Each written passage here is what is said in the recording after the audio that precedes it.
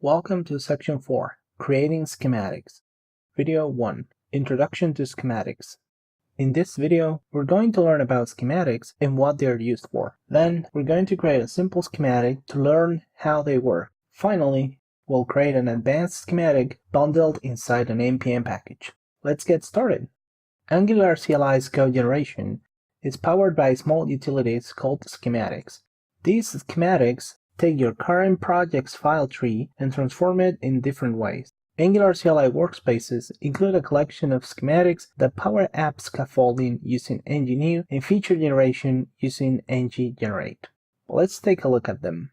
We can take a look at what schematics are available inside an Angular CLI workspace by running ng-generate --help. As you can see, these schematics are provided by the schematics/Angular collection. These are probably familiar to us already, as we went over some of them in the previous section. Schematics are also used when we run the ng-add command to install a new dependency. This command adds the package dependency, installs the dependencies, and then runs the ng-add schematic from the new library it just installed.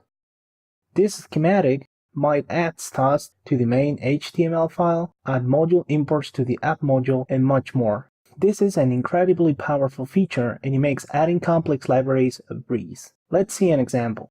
Material design is a visual language created at Google. You might be familiar with this style if you use an Android phone or if you use Google products online. For Angular, we have the Angular Material Library available. It's an official library that contains Angular components created with the material design style and behavior. Getting it set up with your Angular projects takes a few steps: adding style sheets, adding dependencies, importing modules in different places. The fastest way to get it set up is to install the add-angular/material package with ng-add. It will set up all the necessary dependencies, add styles, and also add new schematics for you. After adding the package, we can use these new schematics by running ng-generate, and then the name of the collection was schematics, and then the name of the schematic, followed by any options that the schematic might have. Let's see this in action.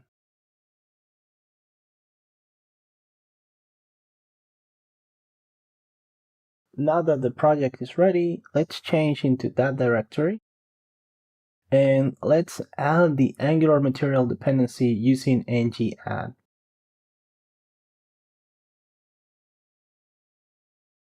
Now Angular CLI is fetching the add-angular/material from npm and running its ng-add schematic for us.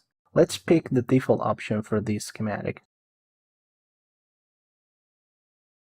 As you can see, Angular CLI has updated the package.json, the main TypeScript file, the app module, the Angular JSON configuration, the main HTML file. That is a lot of work. And here's our demo project. And as you can see, these files have been modified. This style has been added to the compilation, and it's also been added for the test version. Over in the package.json, we can see a bunch of different dependencies that we didn't have before. Imagine doing all of them manually.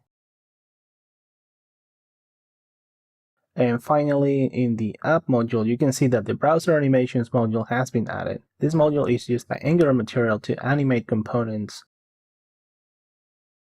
And over here in the index file, you can see the font for material icons and the Roboto font with different weights. Again, imagine doing all of that by hand.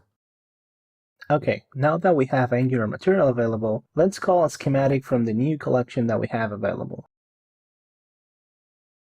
And let's call this nav element top nav. Remember that if we run ng-generate without specifying the collection before the colon, it will use add schematics/angular by default. And that collection doesn't have a nav schematic in it. And as we can see here, Angular CLI has generated a new component powered by the nav schematic. Let's take a look at it. And here inside of the app directory, we can see the nav component. And we can see this is not a trivial component, it actually has some logic in it.